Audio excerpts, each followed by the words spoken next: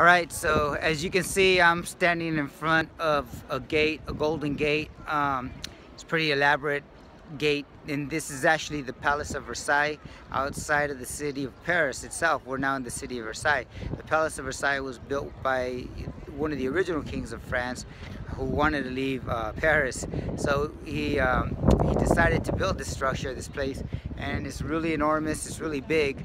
And as I pan around, as you see, this is a giant quad area that now is visited by people from all over the world.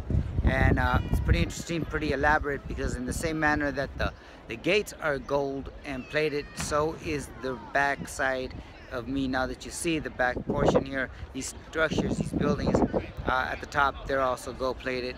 And so I say it's pretty elaborate because it's pretty large. This is a house. The side you see right now is actually where his wife would have stayed, and he stayed on the opposite side. They lived interesting lives, these kings and queens, real lavish, and they ate well, they did, everything was great for them. Obviously that wasn't true for the people, the commoners, or the common people, the servants. You learn a lot of history while here about visiting here, and how the people who worked for the king actually fooled, tricked him. They had their own little codes, including whistling when the king was coming, as a way to get back to work, because that's what was going on. They're basically working for a king and his family, and so they had all these little tricks, these workers and servants that they played.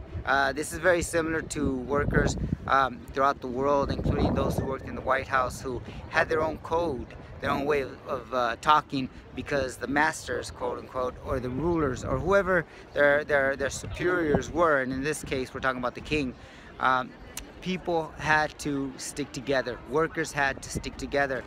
Servants had to stick together.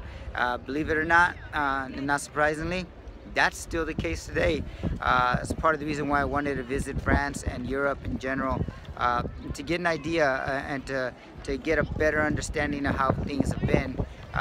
Reading about these things, these events, from a worker's perspective is one thing, but being there to witness some of the things that they did, including constructing everything from pyramids, like in Mexico when I was in Teotihuacan, to constructing these palaces and these castles, like in England. Those castles weren't just constructed by anybody. They were constructed by men, oftentimes, but men and women in many cases, who work to serve, to make money, and take care of their families. And in the end, we do have to question authority. We do have to question our government. We do have to question history, and we do have to study history to truly appreciate it. So again, from Versailles and the Palace of Versailles in France, I'm out.